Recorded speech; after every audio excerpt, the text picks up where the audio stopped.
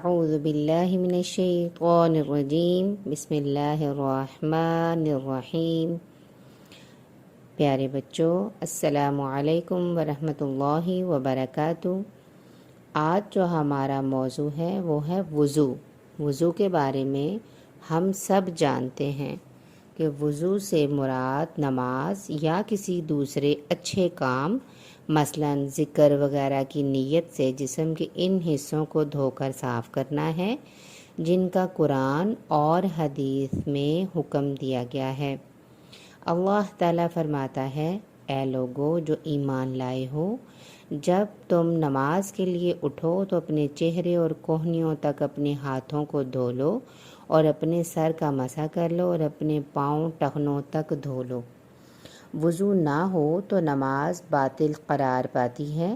نبی کریم صلی اللہ علیہ وسلم نے فرمایا، ایسے شخص کی نماز قبول نہیں ہوتی جو بے وضو ہو جائے اور یہاں تک کہ وہ دوبارہ وضو کرے اور اس کے بعد نماز پڑھے۔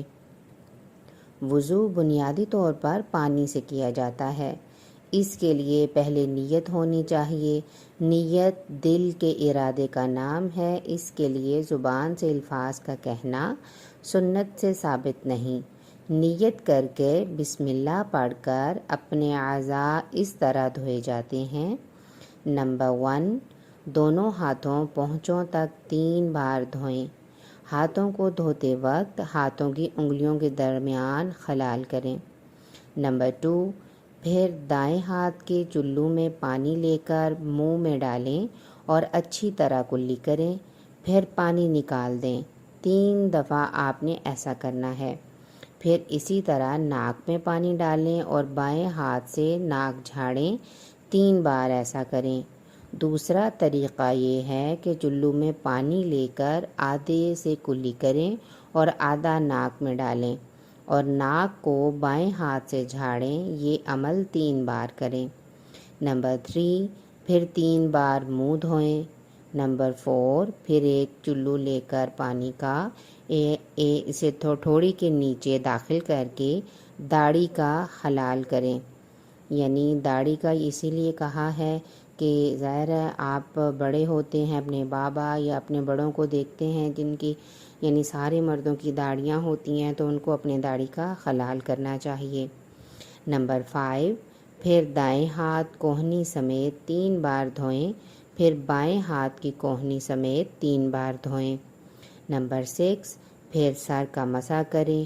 دونوں ہاتھ سر کے آگے حصے سے شروع کر کے گدی تک پیچھے لے کر جائیں، پھر پیچھے سے آگے اسی جگہ لے کر آئیں جہاں سے مسح شروع کیا تھا۔ پھر کانوں کا مسح اسی طرح کریں کہ شہادت کی انگلیاں دونوں کانوں کے سوراخ میں ڈال کر کانوں کی پشت پر انگوٹھوں کے ساتھ مسح کریں۔ نمبر 7، پھر دونوں پاؤں ٹخنوں سمیت 3 بار دھوئیں، پہلے دایاں اور پھر بایاں۔